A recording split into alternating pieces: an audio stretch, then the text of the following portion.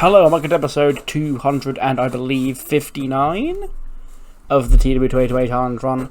This is going to be Monday Night Raw, week 3 of June 2022, and my chair is being fucking...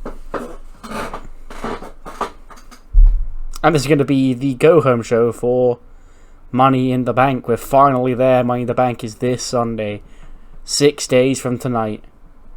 And we've got our competitors all confirmed. And we just got one final hurdle to overcome. Without any further ado, let's jump straight into the show. Actually, no, before we go over that, let's go over the match card for tonight. We've got a couple of big matches tonight. We've got an Intercontinental Championship match. Cameron Grimes defends against Angel Garza. We've got The Fiend taking on Zergus the Mighty. We've got the eight-man tag team match between Hit Row and Balor Club. We've got the 8-man tag with the 8 male competitors in the men's Money in the Bank ladder match. And yeah, I think that's it. All we've got announced so far. So it's going to be stacked. Without any further ado, let's jump straight into the go-home show. How else are you supposed to start off the Money in the Bank go-home show than with the 8 men standing on ladders in the ring? They finally did this again in real life, this year.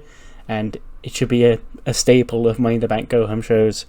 Everyone's sat in the ring on the ladder. They can do the women's version on Smackdown, but tonight's for the men.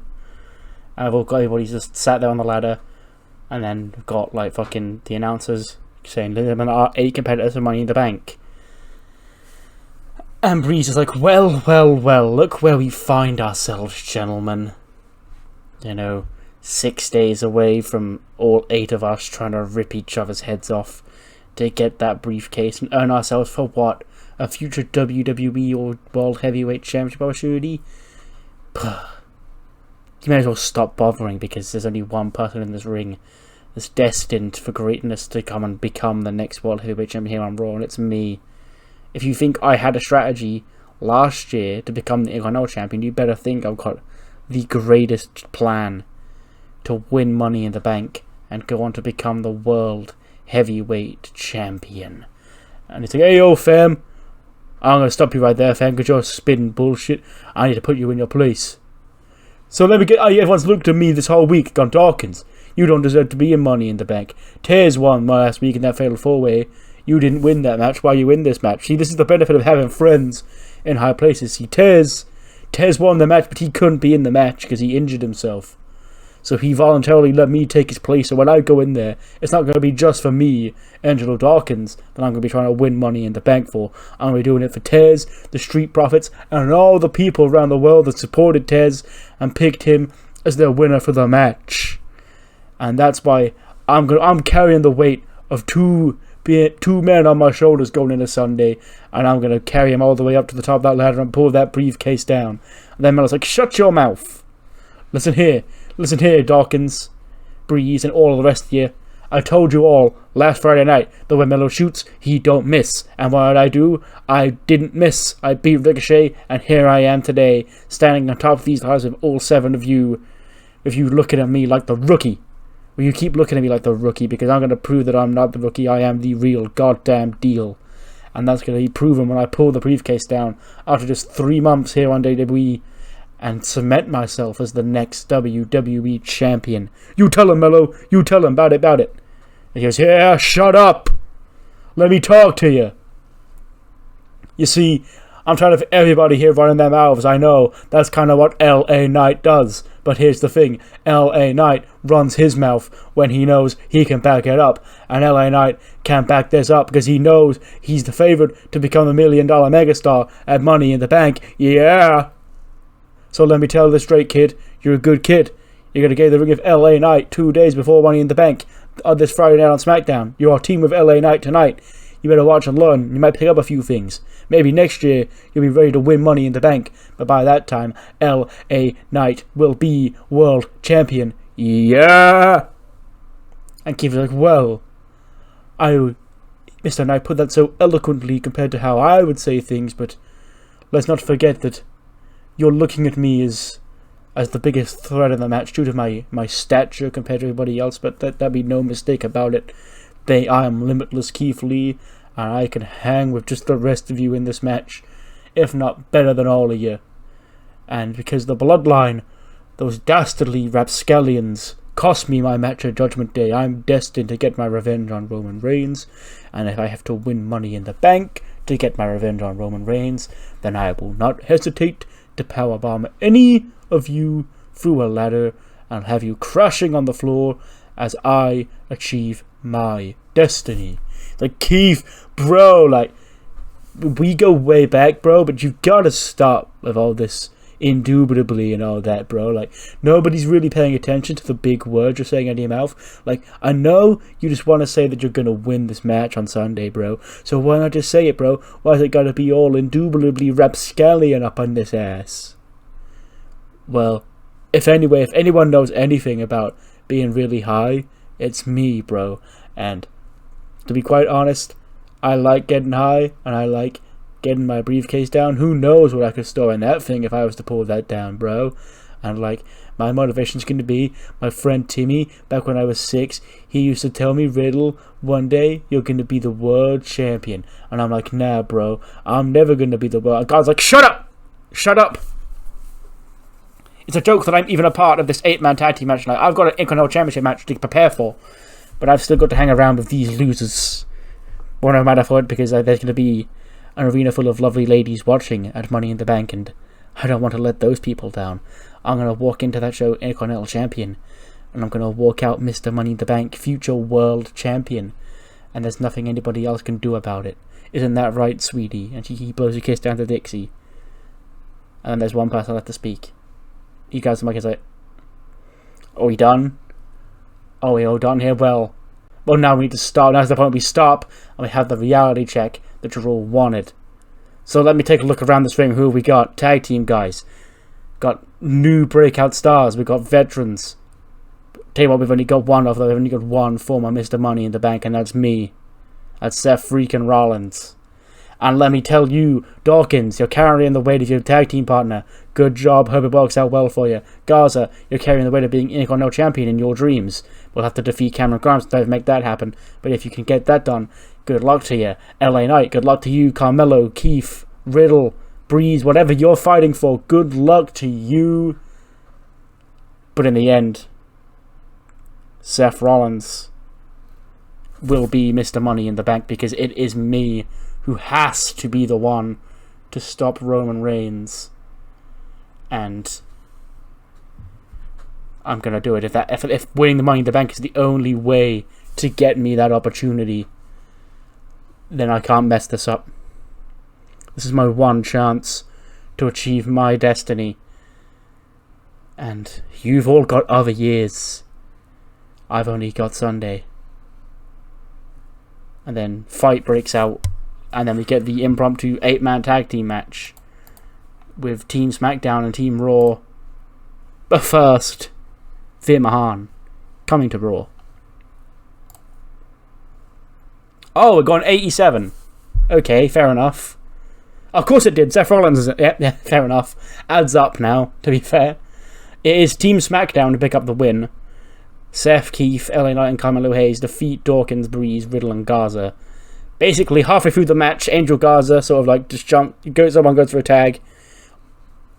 I imagine Dawkins or Riddle, because they're the only two baby faces. And then Garza hops off the apron. Dick's like, honey, you ain't got to waste your time with this pointless match.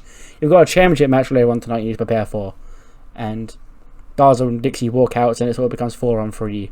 Riddle tries to get all fired up. In the end, Seth pins him with a curb stomp to win for Team Blue.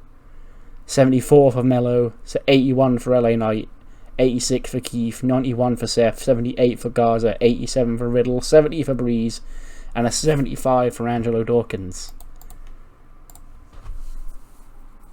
Quick vignette narrated by both Ludwig Kaiser and Sami Zayn, who for some reason I couldn't book on screen, so El Generico will have to do. Just about the history of El Generico and why Ludwig wants that mask so much. It's like, that mask was a valuable property back in the day in the independent wrestling world. A decade ago, that could have sold for a lot of money. But it sort of went away. Sami Zayn, he was the only man who knew the true fate of the mask, and now the mask had been brought back, and I must hang it up in my lair. the real generic luchador mask that I need on my wall. And Simon's like, well, Generico sort of retired like a while ago. Around about the time I came to WWE, he sort of retired. So it wasn't hard to get in contact with him, but I guess he really is pissed off with Ludwig, and he'll see him at Money in the Bank. Quick backstage segment. It's a funny one. With the CBC Alba Fire sort of just looking confused as Nova Nebula fiddles with like her bat. That's nice. Like, so how do you set this on fire? Like, you got like a special liquid or something in your hand, or is he? She's like, no, I normally just like stick it in like a candle or whatever, get the heat on the end, and then it sets alight. And I was like, that's so cool. Like, I want to play with fire, like, but I'm too scared I might accidentally burn myself, you know. So it's a bit weird. And Charlotte's like, what is happening over here? These are, Jordan, are you looking at this? These are my competitors this Sunday at Money in the Bank. 2 girls playing with fire, and 1 girl who, I guess, sort of going through an identity crisis right now. And then, well, we can kick your ass if you really care about it, Charlotte, that much. You 2 against us 2 tonight. And she's like, sure, I could use a warm-up for Money in the Bank. Why not? I'll always enjoy beating any of my opponents. Tag match gets an 80. Charlotte does a nice carry job, but it's actually not that much because everyone else gets in the 70s. Nova gets a strong connection with the female demographic who really liked her winning, because Nova, Nebula and Alba Fire do defeat Jordan and Charlotte. Alba pins Jordan with the reverse code red. 89 for Charlotte, 75 for both Nova and Alba, and a 72 for Jordan. So yeah, the babyfaces pick up the win. They defeat the tag team champions in non-title action, so who knows what that means.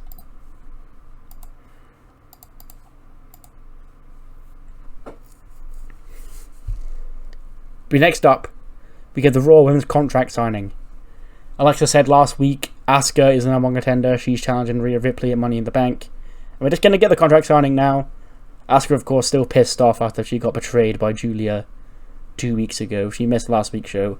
Rhea comes out and we get the contract signing. She's like, well, when I made it to the top of Raw, I knew I had to face off against some of the best women in the world at some point. And Asuka, make no mistake about it, you are one of the best women's wrestlers on this planet, but I've got to beat you. My championship reign is the reign of a nightmare and the reign of dominance, and it's not coming to an end at Money in the Bank, Asuka. You're going to be a great challenge. It's going to be a great fight. And I know you've got a lot on your mind right now, but you aren't going to take my title.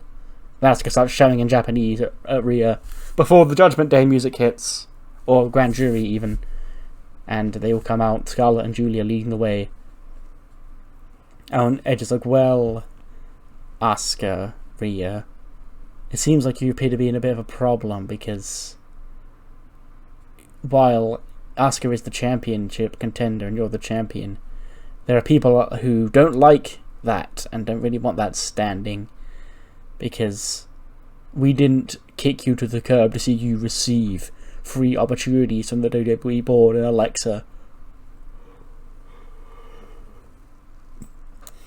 We came to take those for ourselves. I'm sure you're introduced to Scarlett and Julia. You know, you got attacked by them last week, and maybe they're gonna reintroduce themselves just in case you did forget. Then they come storming to the ring, but Micah chases them out from the back. She tries to fight off Julia. She chases her off, and then we have Scarlett just there by herself. Realizes she's 2-on-1 because Rhea and Asuka are in the ring together. And she's like, "No, I don't fancy doing that." And then the Judgment Day sort of leave without any violence going on as the contract signing comes to a close. We then get a backstage segment. Regal just chatting with Florence ahead of Money in the Bank. Well, Florence isn't going to be at Money in the Bank. She's just the newest member of the group. And Regal just chatting to her about how she's, needs to be by their side at Money in the Bank when Dudley and Pete face off against the Rhodes brothers. And Ray and Dominic walk up. He's like, Regal. He's like, hello, Ray, my old friend. How are you doing? It's like, not great, actually. Like, I was so happy to see that you were coming back to Raw, because you've been one of my friends for a long time. You're a great guy, and I was so excited to finally work with you again. But man, what you're doing with Cody and Dustin and the Rhodes family, I can't support it, Regal. Like, you're disrespecting their entire family. And as you can see, me and my son here, the first ever met father and son tag team champions, I'm a family man, and I don't appreciate this new act of business you're going about, Regal. Just a heads up. And he's like, well, who gave you the right to come up to tell me how to do my job, Ray?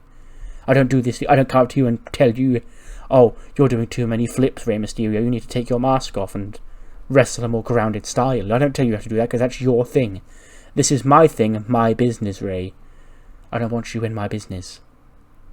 Ray's like, well, I was just saying. And he's like, well, don't just say. Leave. And Ray eventually obliges. 70 rated match. 1 minute 12. Another very intimidating man by the name of Samson Walkinshaw turned his me for the Carnage title. I beat him in 1 minute 12 with enough personnel. Karrion Kross makes first number 4 of the WWE Carnage title. Kross gets an 81 and a 38 for Walkinshaw. After the match, R-Truth's had enough. He runs out from the back to try and save his baby. He tries to roll up Karrion Kross, who gets a 1 count, but he kicks out before he does that big, I'll call it super intimidating, but it's not. It's Karrion Kross there.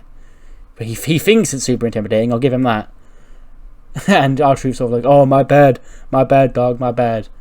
And then he's like, I'm going to give you one chance to run away, Truth. And Truth's like, okay, I'll take it, dog. But he ends up bumping into a mysterious bald man on the ramp, who sort of grabs him by the throat, tosses him back into the ring, lays him out of a big choke slam, and then gets on his knees in front of Karrion Kross and is like offering himself up to the Karrion Kross cult. And even Kross is like, who the fuck is this guy here? This ain't one of us.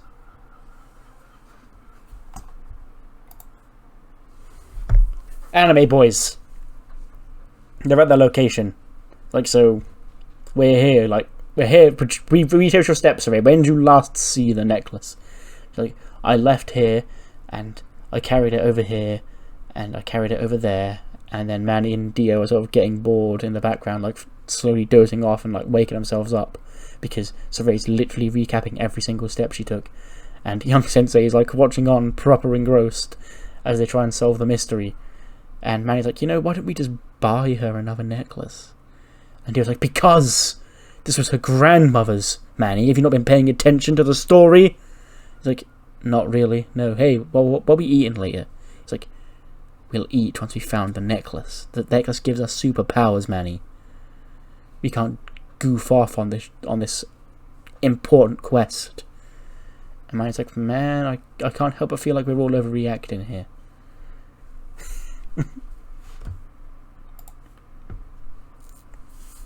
Welcome to the most must-see WWE talk show in history. Welcome to Miz TV. Shanky's behind him, because they're technically still aligned, even though Miz has been shouting at him for the last couple of weeks. But his guest is the Regal Coalition, William Regal, Pete Dunne, Dudley Davis, and Florence, who are going to explain their final thoughts heading into Money in the Bank this Sunday. Everybody goes, oh, hello, thank you, Miz, yes. It's nice to see the fine young man that you've grown up to become. I remember you when you first debuted here in WWE. You were an annoying little runt, yes you were. In fact, you still are, I think. It's like, enough about that, enough about me, yes, I know. I'm awesome. But let's talk about Cody. Like, Cody's the most disrespectful WWE superstar here on Raw, isn't he? He came back right to the top. He didn't even want to pay his dues again, and you're going to stop him and his stupid. He's getting his brother and sisters. Well, not sisters, but wife. Jobs. And Regal's like, it's nepotism at its finest, Miz. I can't tolerate it. And neither can Florence. That's why Florence attacked Brandy on Heat 2 weeks ago. It wasn't at the best of us, but we weren't certainly going to turn down a powerful ally like that. Now, as for Money in the Bank, Dudley and Pete, they're going to make quick work of the Rose Brothers and make sure we never see them here in WWE ever again. Cody will regret coming to WWE all over again. But what about you, Miz? What's going on in your life right now? Miz like, well, I failed to get in Money in the Bank because somebody, not naming any names, Riddle, thought a big idea to cheat in our match together. Then, of course, Shanky, he's been off on his own thing. I've been trying to sort him out, but I can't. It's getting a bit too much for me.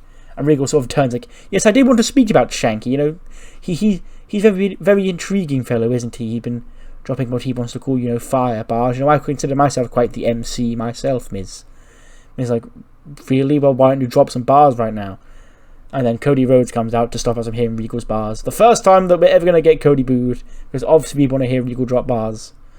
And he's like, what? Enough. Stop kissing up to, of all people, the Miz's ass, Regal. My respect for you has gone completely down the toilet these last 2 months. But luckily for me, it all ends this Sunday night when me and my big brother Dustin take you two out for good. And then once you're out of the way, I can focus on what I really returned here for, to WWE, and that's to make my father proud, win the WWE Championship, and finalize, cement his dream. And you're all that's standing in my way ahead of that, Regal. So I'm going to blow through your boys at Money in the Bank. In fact, let's do it right now. Cody runs to the ring. He takes the leap. Super fucking Cody Carr. Plants Dudley Davis. Dustin starts delivering the strikes to Pete. We get a brawl in the end. Miz and Shanky sort of leave. And the Rhodes boys send the Regal Coalition packing on the go-home show.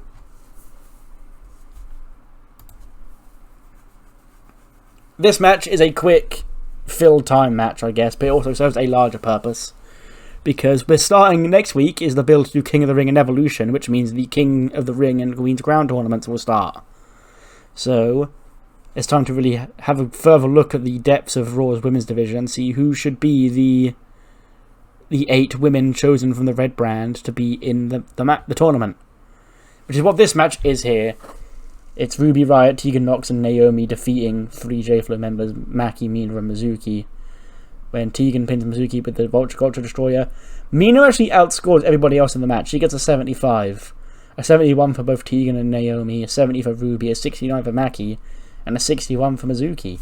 Did not expect that out of these ratings. I thought for sure it would be, Maki over her on the J-Flow side, but someone over this side scoring the highest. But no, that is interesting.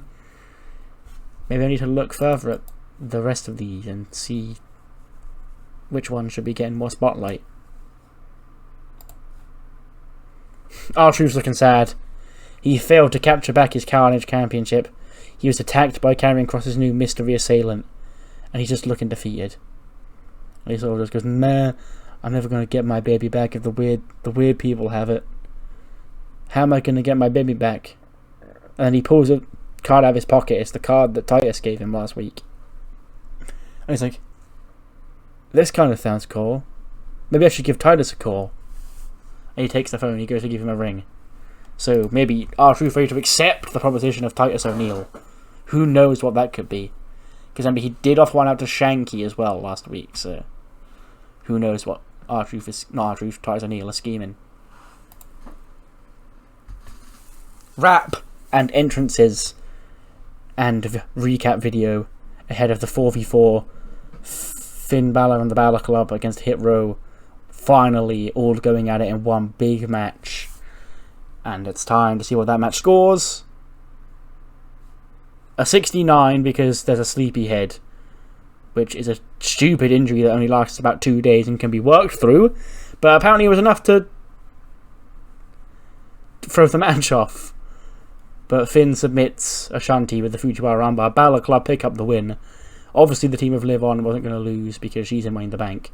She's the one doing stuff out of the 8 right now, so she gets a 73, a 77 for Finn, a 68 for Ridge and Santos, a 33 for B-Fab, a 47 for Ashanti, a 42 for Top Dollar, and a 73 for Swerve.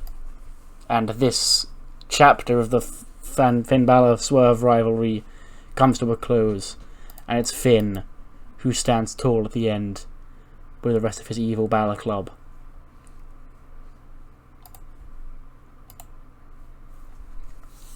The backstage again, and Alexa sort of like chatting to Wardon, who's just in there, and she's like touching his muscles and stuff through his shirt. When Breeze walks in, he's like, "Well?"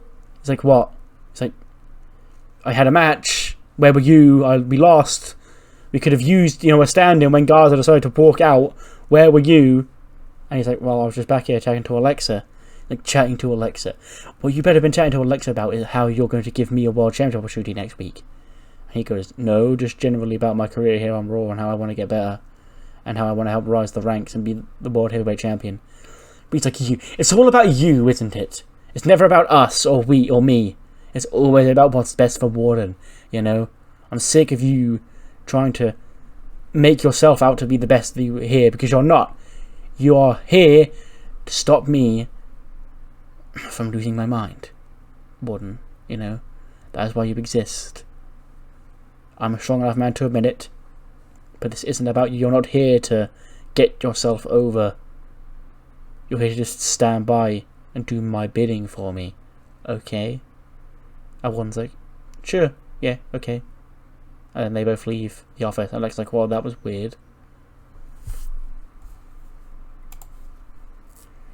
Grimes is in Gorilla ahead of the match, and he's sort of like slowly falling asleep and like waking himself up again, and slowly falling asleep and waking himself up again. The same thing that TEW and Mania were doing earlier on. I guess that's a little bit of foreshadowing.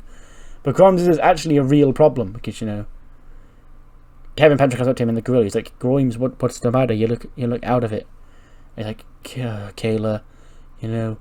He's like, I'm Kevin. He's like, yeah, Kyle, yeah. Like, there's 5 more minutes. I need to catch up with my sleep. He's like, there's no 5 more minutes. You're going out to the ring next. And then Grimes' eyes shoot open. He's like, next? I'm defending my title up next? No, this can't be. I'm not in the mood.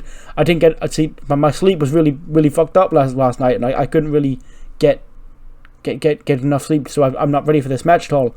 Can we call it off, please? Can we call it off? And Kevin's like, first of all, no, the match has been scheduled since last week. And second, what do you mean you didn't get good enough sleep? Didn't you buy, you know, that super expensive new comfy mattress? And he's like, I did. Huh. And then Grimes' music hits. He has to go out and defend his title in this state, which ultimately ends up costing him the belt.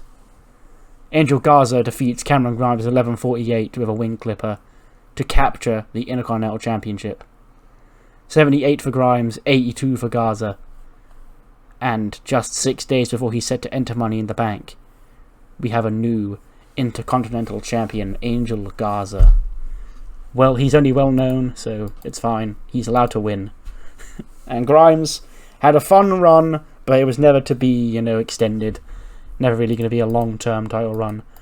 And now he's got a built-in issue here, because Jiro must have sold him a faulty mattress because he couldn't get enough sleep, and that's cost him his Intercontinental Championship. He's not going to take that lying down, you know. Then we go to commercial after that. We cut back. Angel and Dixie are celebrating backstage. Like, oh, you know, we're going to hit the town. It's going to be so great. And guys, like, there's going to be so many beautiful mothers out there all waiting for me. I know I'm a champion, so I can get them all, Dixie. And she's like, honey, no, we're going out together, you know. He's like, yes, I'm aware. Together, yes. I'm just saying, there's others out there waiting for me. It's like, well, you got to focus on Money in the Bank, guys. He's like, oh yes, Money in the Bank, yes, Money in the Bank, yes. It's fine. I'm focused. I'm the Intercontinental Champion. I'm the ruler of this Raw division.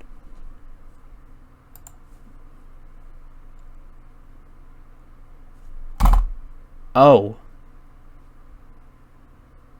Oh. Here I was thinking that this was going to be risky. I was like, oh, Zergus in the main event. He's not going to do that well, but oh well. It's a Fiend match wrestling on Raw, so the novelty is that it should be the main event. No, it's a fucking banger. But ultimately, the Fiend does put Zergus down in 12-16 with the Sister Abigail. Tries as he might, he does take the fight to the Fiend. They beat the fuck out of each other for 12 minutes, but in the end, the Fiend does beat him. He gets a 93 and a 77 for Zergus, and oh my god, this got a 90. How did this get a 90? Like, what the fuck? I did say that as a wild brawl, to be fair.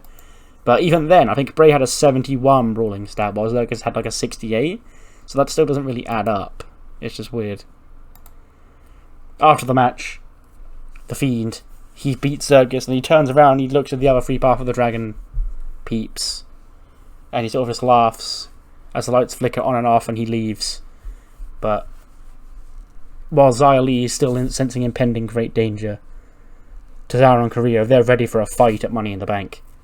And they're damn sure going to get one. 1 minute segment here. Running down next week, as we said, King of the Ring begins. Here are Raw's official 8 competitors in the King of the Ring.